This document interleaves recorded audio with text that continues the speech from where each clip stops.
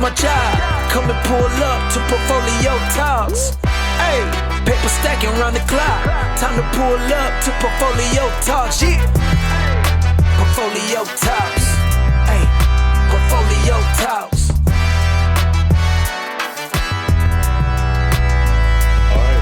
Everyone, we are back. Portfolio Talks took a bit of a hiatus for a little bit as we kind of revamped and figured out what we wanted to do with this podcast. I think the common thing is, if you're listening to this, you're probably experienced it in your life as well. You take on too many things all at once, and you're like, "Holy cow, we needed to pause." Over the last year, we've been speaking at like universities across the country, new association partnerships, expanding the team. So there was, and always time for golf, right, Tyson? So always time for lots of golf. But there was so much going on. We needed to take a pause, rethink it, and then relaunch Portfolio Talks with the best end result in mind of you guys learning. So if you're on this, podcast and platform, you're wondering, is this for me? Really, Portfolio Talks is going to be for those of you who are, medical professionals, so optometrists, dentists, physicians of different specialties, really across the country. So American, if you're listening, love to have you. Not really for you, but feel free to join in for the ride. But Canadians, this is going to be for those of you who are in Canada, who are a medical professional, and you want to learn how to have your finances ran by you instead of running you. Because far too often when we onboard new clients, they're like, you know what, it's just so stressful. They start to resent money. They're scared of it, and they don't know what to do. So that's really what we want to start Portfolio Talks. And a couple of changes you guys are going to see with the new revision of the show is we introduced a couple segments to keep things on brand. We have a closed Facebook group that's for our doctors across Canada, and we really created it for everyone to be able to ask their questions. So if there's things you want to learn about and you don't really have a safe space or a platform to do it, that's what our Facebook community group is for. We'll link it in the show notes as well, so you can click that and join in. But there's going to be one segment that's going to be answering questions. So if you're watching this episode, obviously subscribe, share, follow along so you don't miss anything that we put out that's going to be relevant for you. But also make sure you join our Facebook group so that you can ask questions in our medical mailbag segment. And those are going to be questions that we can get to and answer in these episodes. So you can drop the questions in the Facebook group. We'll pull those questions. We'll answer them in a longer format video like this, and rinse and repeat. So we're on top of some myths that we see out there. A lot of our clients over this last year tell Tyson and I when we're meeting with them, like, "Hey, I saw this video. Is this true, or what is this? What does it actually mean?" So we're gonna do a crash course and bust some of these myths that are out there. We're also going to go through the prescription pad and talk to you guys about a couple of things that are going to be relevant for you. But that is the new version of Portfolio Talks, and we're excited to have you guys join us for the journey. Before we jump into it, Tyson, anything to add on? No, that's a lot. I mean, I'm excited to be back.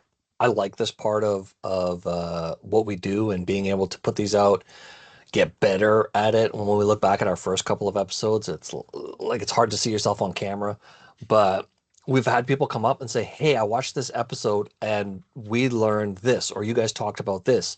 And so it's interesting to know that there's a few people that do watch and they have questions, and it's a great way for communicating to people. And, I like doing this. Love it.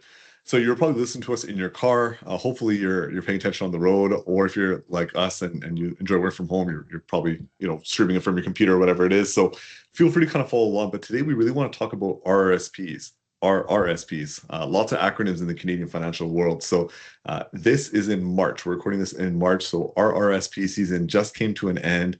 And boy, was it a blitz for us this year. It was insane. By far the busiest RRSP season that we had. But there was a lot of questions that come around this time. And, the postpartum part of RRSP season is people coming out of it and be like, "Oh, I wonder if like RRSPs are for me or they're not for me." So really what we want to tackle today is, are RRSPs even for doctors? Like, should you put money in it? Should you not put in it? And why? What are the nuances that I can actually qualify or disqualify you from doing this? So what we notice is a lot of confusion about RRSPs, a lot of confusion of that versus I'll just incorporate and have my money growing in my corporation. And really what we want to help you solve is the unknown when it comes to your retirement. Far too often, those of you who delay gratification, so you went to school, you finally start working, and then all of a sudden you realize, wait a minute, I'm actually a business owner as well, and I wasn't prepared for that. So you get paralysis by analysis with your finances. By the time you work long clinic hours, you finally come home. There's some continuing education you're doing. You're learning about a new treatment. You got to do some of your billing yourself at home. And then next thing you know, you have 45 minutes left in your day. And do you really want to learn about these kind of topics and start to go through your own research of RSPs or not? Or you don't want to throw on Netflix? If you're like me, I'd rather throw on Netflix. So we want to help are you doing this wrong or not? So Tyson, kind of why don't we jump in and walk through like, salary versus dividends, RSPs versus corporations, long term, what makes the most sense, and should doctors actually do the RSPs or not? Yeah. It is an interesting thing. So depending on which bracket we're talking to, it can be a no-brainer. And there's some brackets where it could be like, maybe for your situation we do, maybe we don't. One of the things that I do think is interesting is the professionals that we bump up against. We prescribe our clients to ensure they build their financial team. So you want to make sure that you have a good accountant, a good lawyer to set you up, a good financial planning team. If you have a separate investment advisor, I mean, you want to make sure they're all kind of in line with each other. So you have like one plan for your life, for your practice, and not 5 or 6 competing plans. That being said, it is interesting when we come across individuals and their character that they've built is, I don't believe in RSPs because you're going to pay tax when you retire. I don't believe in saving money in your corporation because you're going to have to pull your money out of your corp when you retire. So it's like, oh, both can be true at the same time. And so there's a little bit of nuance in building this situation. So like when we're doing our student planning and we're talking to, hey, your first 5 years in practice, here's what you're going to do. You're going to have tuition credits. You're going to want to build a down payment. In those situations, RRSPs make a lot of sense. You're going to get money. You're going to pay tax on it. You're going to want to put it somewhere because the purpose is bringing your debt down, but also building your savings up so that you can have a down payment for your first home. Totally makes sense. We might have somebody, though, that is they've just incorporated. They're 5 to 10 years in the business, and they want to open their own practice. So they need to build that financing war chest. That building money inside your corporation, it might make sense to retain those earnings in the corp so you can go buy that business asset. And so you might be in a season where RSPs and maxing them out might not make sense for you in the moment. And so it's good to have a conversation and be able to do the math for a client to say,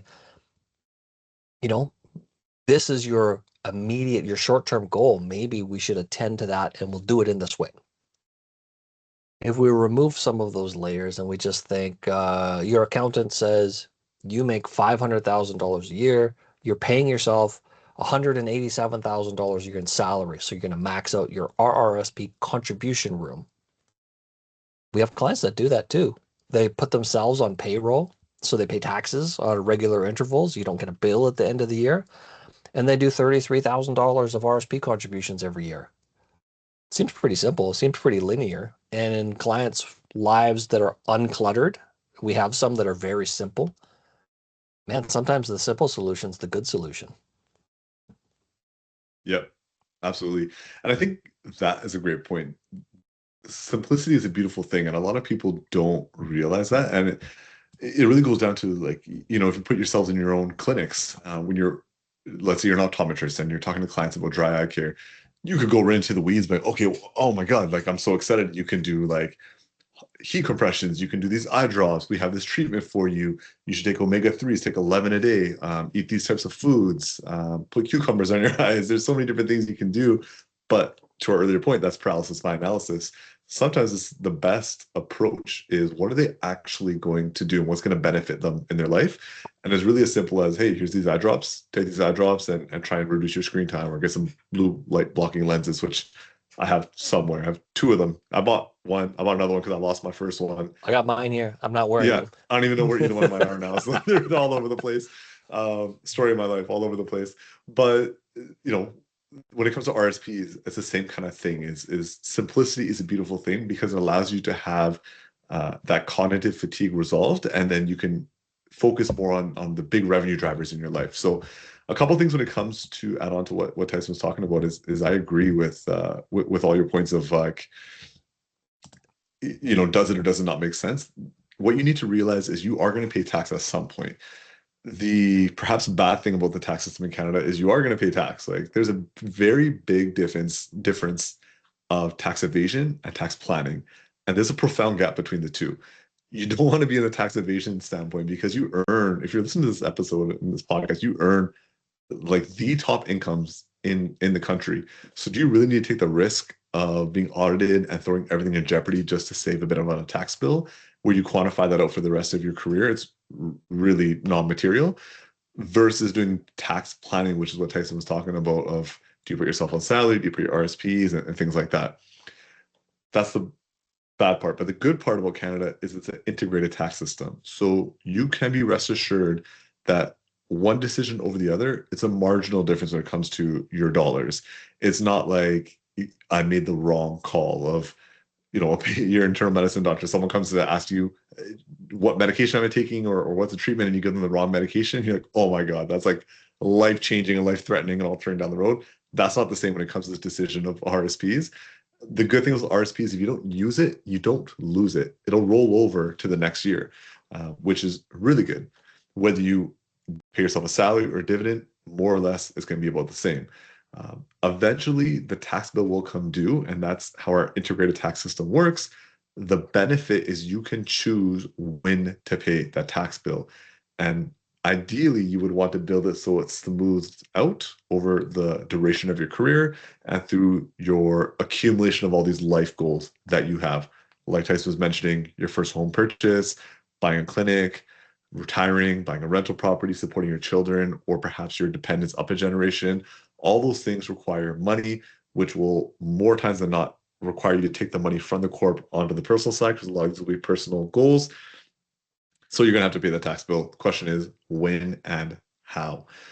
RSPs are always a great tool for that. The way I look at it when we're working with our clients is if there's many options on the table, which there always are, there's always 100 different ways to get to the same finish line. If there's many options on the table, I throw a lot of weight in the free ones that are out there. So a lot of our clients, Tyson, this, like a lot of our clients, when we first meet with them, like, oh, I heard about trusts. I heard about these crazy life insurance policies. I heard about all these like private deals and lending money to this person and lend money back to me and all these crazy concepts. The first question we say, or the first response we have to that is like, do you realize there's a cost associated to that? Whether it be lawyer fees, accounting fees, upkeep fees for the strategy, and not to mention, a lot of you should have your money invested somewhere as like a slush fund. So if you're earning a standard 7% just sitting here, for you to do these strategies, you're taking money out of that 7% that you're getting and putting into something else. So what's your net return if you actually think about it? So these are conversations that we have, which pushes me to say that RSPs are a great deal for a lot of you that are out there that are listening to this episode, so long as you use it strategically and correctly.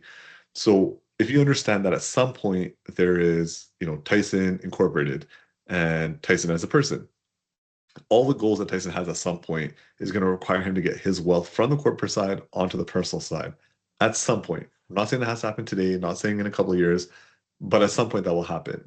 Tyson can either choose to have it happen in one lump sum because he was, procrastinating that solution, and now is a huge injection of money and a big tax bill, or you can do it throughout your career. I would always argue that you should do it through your career by moving money from your corp onto the personal side into an RSP that's free, or else we have way too many clients that get near their retirement.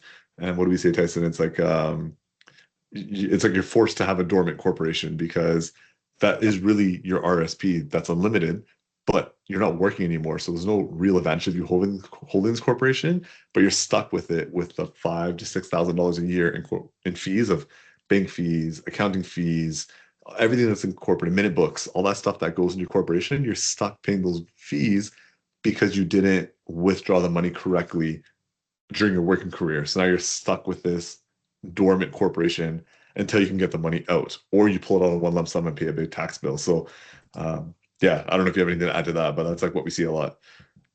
Yeah, nothing significant to add to that other than the fact that I think we'll cover this in another episode, but we do come across clients that are 40 and 50 years old and there's like, I haven't taken RSP seriously. Did I miss the window? And the answer is no. So if you're an incorporated professional in Canada, one of the things that you do have an advantage of that's unique to you is an individual pension plan. And it's like a supercharged RRSP. And if you missed the first wave, so you didn't contribute in your 30s and 40s, when you're in your 40s and even older, the equation works more and more in your favor, and it may be able to allow you to kickstart it with past service contributions, as some people have experienced in their like at work pensions, but it also allow you to like contribute more every year and then more even when you decide to wrap it up and retire. It's called terminal funding. You could pull a bunch of money from the corporate side into the personal side tax free, and it's a great thing for incorporated professionals. Yep. And as I mentioned before, there's 100 different ways to get to the same finish line. Really, it's just like a treatment plan. It's customized to your family history, your pre-existing conditions, your capacity to follow the treatment plan. It's the same kind of thing when it comes to your finances. Not one strategy is the same for everybody. Some people would prefer the deferral and then the IPP and build that up. Other people will start earlier on, and by the time they're in their mid 40s, is not really going to be any big difference of doing an IPP because you were strategic with other assets and the way that we were pulling money out. So we'll have that conversation in their 40s with clients. I'm like, you know what? You're good. It doesn't make sense for you to pay the actuary fees and do all the stuff to set up an IPP because you were following the plan throughout your earlier years. So you're good. Most of your money that you need is on that, which is actually a perfect segue into our first segment that we want to talk about, which is money mythbusters. So when it comes to RSPs, there's a myth potentially that's out there where there's such a thing as too much of an RRSP or too big of an RRSP. So there's someone we want to give a shout out to on social media. I'll share the reel. We'll go through it and then we'll give a quick opinion on it. And it's again, this is really in relation to. Want to pay less tax later in life? Let's talk about what actually happens to your RRSP when you want to start taking money out. Here's something a lot of Canadians don't realize. An RRSP is designed for savings, but when you actually want to start drawing income from it, it has to convert into something that's called a RIF, a Registered Retirement Income Fund. And if you don't do it earlier, the government makes you do it by the end of the year that you turn 71. Here's the part that most people don't know. You don't have to wait until you're 71. You can convert to a RIF earlier if it makes sense for your tax plan. And it's not all or nothing. You don't have to move your entire RRSP at once. You could just convert a portion, say $100,000, and leave the rest sitting inside your RRSP until 71. Once money goes into a RIF, you do have to take a minimum amount each year. So once money goes into a RIF, you do have to make minimum withdrawals each year, and they are based on your. So this is from Miss Money and Math.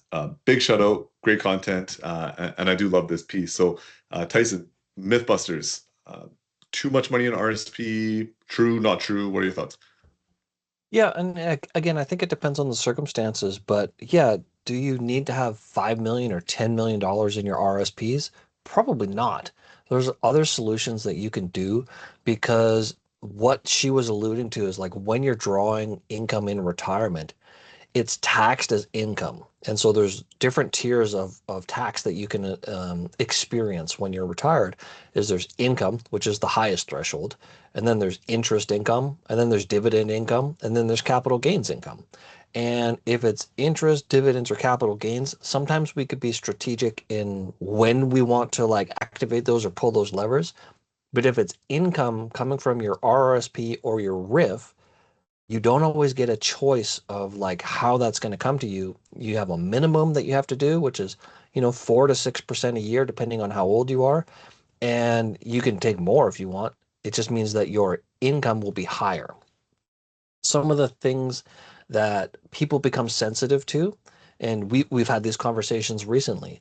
Client has too much money in retirement, right? More money, more problems. It's fantastic. But they're drawing so much income in retirement that they are starting to experience OAS grind or OAS deletion, right? Like they have so much money that the old age security is being ground down to zero because they're making too much money in retirement. So it's a good thing that they're making too much money in retirement, but they feel bad that they're not getting the free money from the government, which what's the max OAS right now? Like $800 or $900. Mhm. So with some planning that's done ahead of time and understanding the client's sensitivity to being able to access these government benefits and how important it is or isn't to them, we could do some stuff ahead of time in your 50s and 60s to maybe divert some of those RSP monies to make sure your tax-free savings is full. If you need a non-registered or a margin account to invest that money, it could be invested in a way that's not going to trigger tax now, and it's going to give you options and different buckets to draw from in retirement so that we can have some tax planning sensitivities and strategies.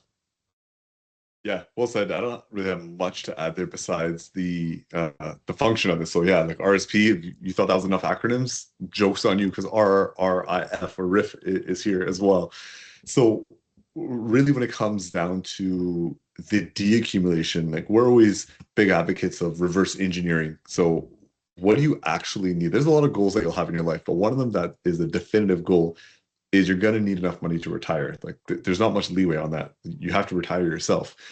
Do you have to buy a house? No, you could rent one. Do you need to buy investment property? No, not really. There's so many different things. Do you need to fund your kids' education? They could self-fund it, they get scholarships or student loans. There's options for all those, but you have to retire yourself.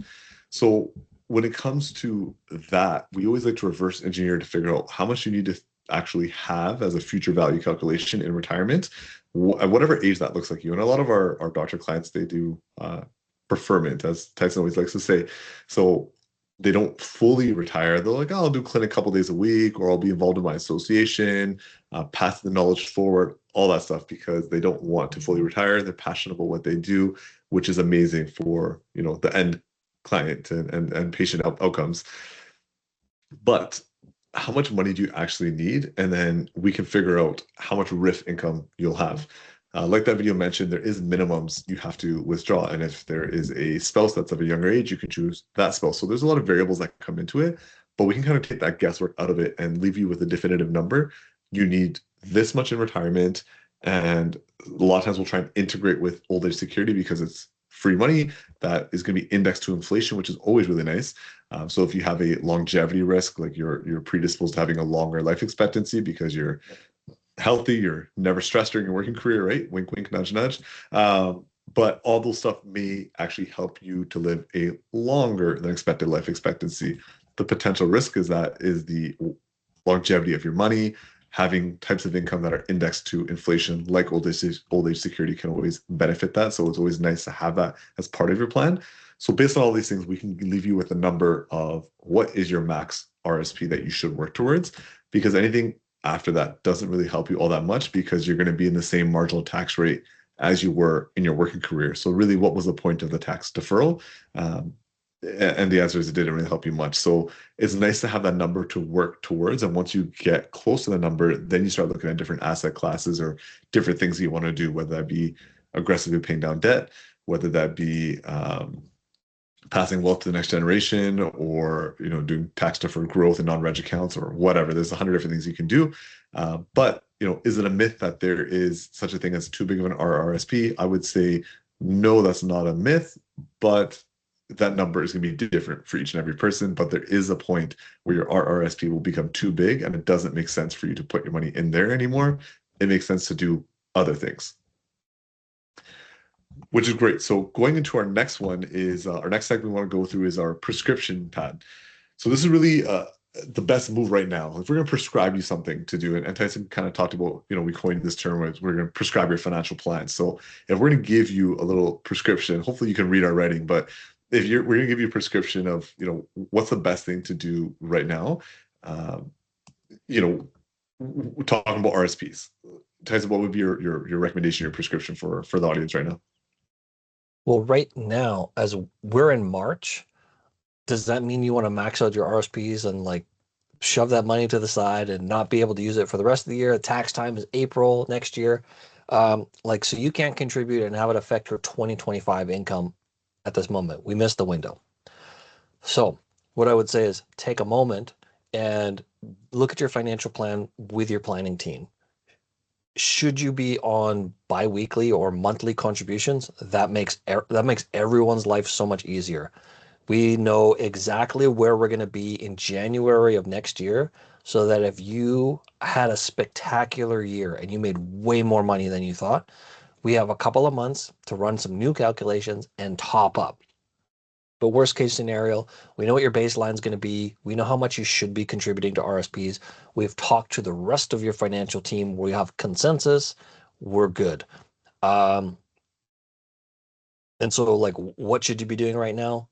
I would say this is a great time to reassess where we are. We're approaching the end of the first quarter of the year, which is unreal.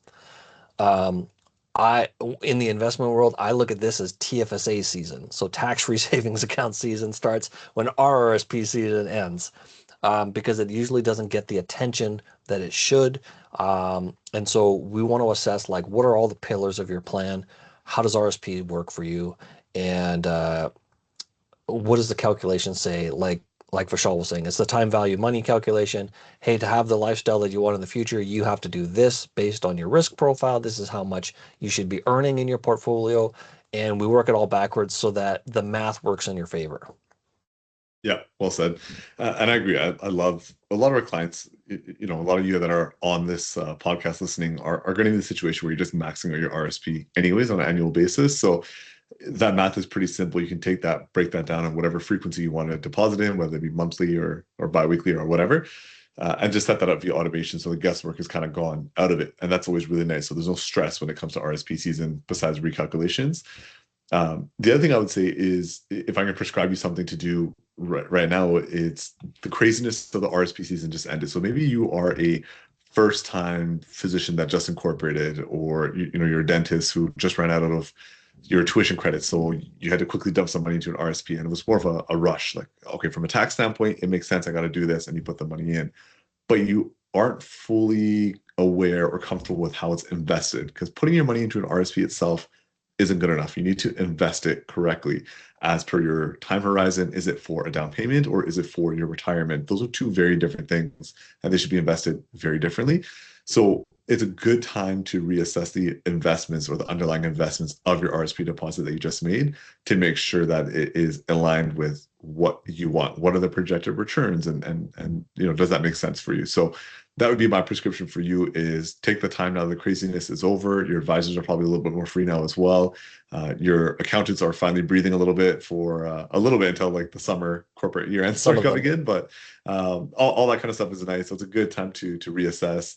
RSP makes sense, done, but how's it actually invested in it? And is it properly aligned with my goals? Would be my prescription for you guys. Wicked. So one of the last things we have, which is always exciting. So we always have questions. Every presentation we go into, every workshop we do, every webinar we run, every event that we host, the most fun part for us as well as advisors is the Q&A afterwards. We'll do like a 45-minute presentation, and then we just hang out answering questions, having drinks, hitting some golf balls, whatever that may be. So Q&A is always the funnest part. So we wanted to create a space where you can ask the questions you want answers to, and we can answer it in the relevant podcast episodes. So if you're in the Facebook group, you're going to start seeing that we are going to be letting you know what the topic is that we're covering in the next episode, and you'll get a chance to drop your mailbag questions in, and we'll answer those questions on the podcast. So medical mailbag, we had a few questions that came in, and we'll kind of rapid fire go through them. So first one, Tyson, should I use my RSP to pay down debt?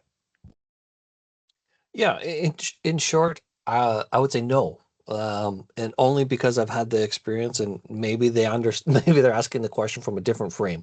Should you redeem RSPs to pay down your loan?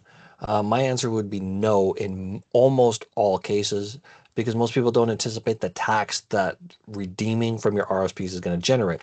You pay something at transaction called withholding tax, and then that gets added to your income. So at tax time, you're also going to get a T4 RRSP slip. So it's like you get a little bonus on your income, except you used it to pay a loan, and now you have to pay more tax on it. So kind of a hidden gotcha, but should you use RSPs to pay down debt? In most cases, no. Yep, agree. The only thing I would say to add on to that is maybe the framing of the question. They didn't mean it that way, but if your question is, should I put money into Yes. my RSP and then get that refund and then use that to pay down debt, that could be a good potential solution because I don't know what, obviously, I don't know what your interest rate's going to be, but if you're in a high interest rate, it's nice to have a guaranteed return. Let's just go to the extreme. It's a credit card. So if you have bad credit card debt and you're at like a 30% interest rate, if you could put money into your RSP, get a large refund, and then take that, get a guaranteed rate of return of 30% without any market volatility or anything like that, take it to the bank, pay off the loan, and just make sure you don't run it back up. Now that you have that rumor is all kind of useless, but make sure you pay that off because if you were to ask Tyson, like, hey, I got 10K right now, what kind of investment can you put it in? And he's like, hey, I got this thing, no risk, no volatility, I'll give you 30%. You're like, holy cow, give me a hug and take all my money. So, if that's what you were alluding to, then sure, that can make sense. But I agree with Tyson. If it's just redeeming your RSPs to pay down debt, almost always I would say no. Yeah. Next one. What if I plan to leave Canada? Are RSPs still appropriate for me? Maybe. And so it depends on where you're going. If there's a tax treaty with the company, or the country that you're going to, sometimes you can roll over the retirement savings to the new country where you're going to domicile, and it's tax free. What we have seen in a lot of instances, especially with Canadian US, we've had people retire and move back to the US where they were a dual citizen and they're retired in the US and their RIF is still in Canada. It's totally allowable. It's totally doable. The mechanics is basically like you have to maintain a Canadian bank account so that you're tethered somewhere somehow. But if you're going to a country where there is not a tax treaty, then liquidating your retirement savings is a huge like tax balloon payment that you've been deferred for all of those working years. And the day you decide to leave the country, you cash out your $500,000 RSP portfolio, 50% of that's going to tax. That is not efficient, not advisable, and it's not a good feeling. And so you would want to work with the rest of your financial team, your tax team, to ensure the place you're going to has the appropriate tax treaties, and you want to make sure that you can do an efficient transfer. On the flip side of that is we're starting to see an influx of doctors coming to Canada from the US. And so some of the things we come across is your 401k is transferable. You could bring it up to Canada and it can go into your RRSP and it's a non-taxable transaction. It's just a sheltered rollover. So now you have retirement assets in Canada. If you plan to retire in Canada, that's good. What also is good is if you have a $100,000 401k and you come up to Canada, it's a $135,000 RSP. So you're getting a little bump. You're getting a 35% return, right? So these are the types of conversations that you want to have before you make a transaction and find out where the efficiencies are, what is good for you, and like, can you take advantage of it? Yeah, it's been crazy actually this year, or I guess last year. Yeah, 2025, the amount of physicians, especially that we've seen come up from the US and then in from, Dubai and Europe, it's insane how much their wealth is just exponentially growing because the conversion has been huge for them. So, very different year over year. Like 2024 didn't really see that much of it. 2025 saw a tremendous amount of it. So, there's 100 different reasons why. But yeah, I agree with everything when it comes to leaving Canada. One thing I always find interesting, we had some clients that were having this conversation that, well, I might retire somewhere else. So, one of my friends or my colleague was saying that, it doesn't make sense to put money in RSP in case I decide to retire somewhere else. I'm like, well, sure, but that's the same kind of thing of primary residence exemption might go away, so should you just never buy a house? Right. There's no way to know, and if you operate through the lens of what the CRA might change, you're just never going to do anything, and you're not going to be tax efficient at all. So I would say, again, tax planning versus tax evasion, two very different things, but tax planning, where appropriate, is if there's not a guarantee that you're leaving into a country that has, no tax treaties, RSPs still make a ton of sense, and it provides us a lot of flexibility as well. Yep. Awesome. Go to the next mailbag question. Do spousal RSPs still make sense? I know that's been a hot topic, but spousal RSPs, do they make sense or not? Yeah, I mean, it's not the same as what it was before. So we have rules in Canada currently where when you retire and you turn this into a RIF, you can do some income splitting with both spouses in retirement. And so it's not exactly the same as it was before, where you wanted to go into retirement with sort of equal piles so that when husband is redeeming from his RIF in retirement, and then wife or spouse is redeeming, then they're kind of equal, and then they hopefully are lowering their tax profile. But I mean, if you're looking at the difference between having $1 million RSP or having two $500,000 RSPs going into retirement, the dollars are about the same. It's not a heck of a lot more efficient. I think what it will do though is give you some flexibility. So if you wanted to draw more from one partner in one year and more from another in a different year, it'll just give you some levers that you can pull on, but it's not gonna like off the top like make a whole lot of difference. Yeah.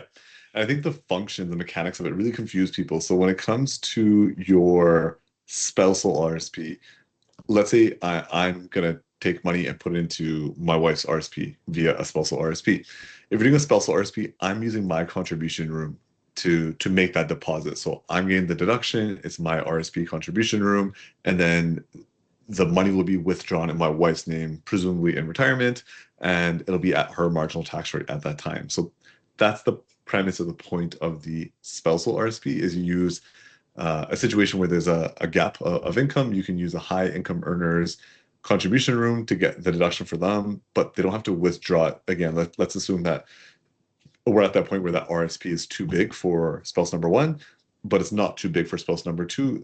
You know, that's an option that you can take that money if you're still accruing and creating contribution room. You can use that to do a rollover and take some of that income, whereas otherwise it might be non-reg and adding to your tax bill. If there's no other options out there for you, then you can take that and pass it over to the other spouse. But you just want to be careful of attribution rules and a bunch of other boring stuff that you probably don't care about on this episode. But just make sure you talk to your planners and they can make sure that you're on side. And that's really important of timing wise when you're thinking about withdrawing the money. Just make sure you don't try and be sneaky about it where you, I'll just put the money in spousal, get the deduction, and I'll pull the money out right away under my spouse's name and I'll go buy something. That will not work. So just be very careful of that one. Very true.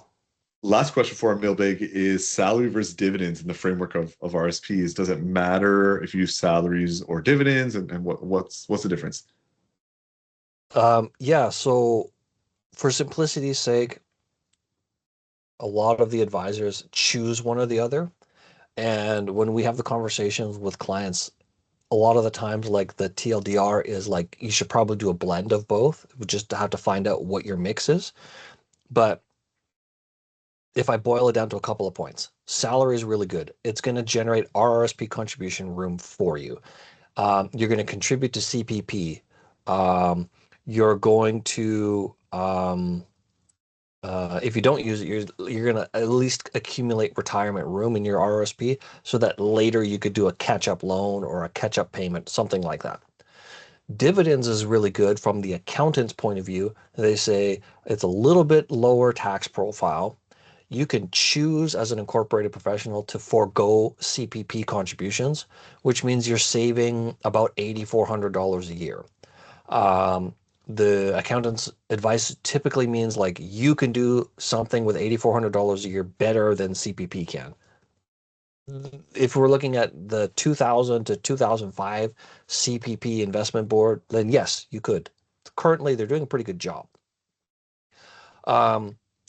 If you do dividends only, you will not generate more RRSP room. So you have to have a different strategy for accumulating and then deploying capital for retirement purposes. Yeah, nailed it. The thing I would add when it comes to the qualitative side of your finances is a lot of our clients they really enjoy once we put them on a blend at least part salary for the simplicity's sake. Dividends, it's always tough because you pull dividends from your corp account and then you're, wait, how much am I calculating for tax? Do I remit? Do I not remit? And you always usually run into, more times than not, we know it's always a tax bill owing when it comes to tax time. and they're like, oh, I got to pull more dividends now to pay for that tax bill or use my operating line of credit. And it just ends up being like a game of whack-a-mole until you finally get ahead of it. So salary is also really good for all the reasons that Tyson said, opening up the contribution room that you can eventually use, because reminder, what I said at the start of the episode is you will need to take your money from the corp to the personal side at some point, whether you're alive or whether you're dead. That money's coming to the personal side. So if you want to be strategic and tax efficient about it, you can move it over for free from your corp to the personal side using your RRSP. So it is very important for you to open up RSP throughout your career. And what we like to do, for simplicity's sake, again, is your main cost of living that you know are going to be having to get paid. So your rent or your mortgage or whatever your other expenses are going to be, car expenses, whatever. That stuff, it's always nice and easy to have that on a salary, so you can get the money on a scheduled basis. Money gets remitted to the CRA. That's net in your pocket. You can use it to pay your main expenses. Then other random things that you do, you can pull a little bit extra on dividends. And yeah, we always see that argument of, well, you can just beat out CPP. You could if you're disciplined enough, but sometimes that's a problem when people aren't disciplined enough as well. So that kind of goes into when we do planning with our clients is the qualitative versus quantitative, and finding out what the right recommendation is going to be. So that's it for us. Episode 1 of the new season of Portfolio Talks. We busted some myths over there. We gave you some prescriptions to take away for your RSPs, and we answered some medical mailbag questions. So we'll hope that you learned RSP. Is it worth it? Is it not worth it for you as a doc? And if you have any questions, of course, you can join our Facebook group, ask the questions there, comment on whatever platform you're listening on, and we'll try and get to all the questions for you guys. But stay tuned for the next episode and subscribe and share and all that fun stuff. And we appreciate you guys following us along for the journey. So until next time. Getting money is my job. Come and pull up to Portfolio Talks. Hey, paper stacking round the clock. Time to pull up to Portfolio Talks. Yeah. Portfolio Talks.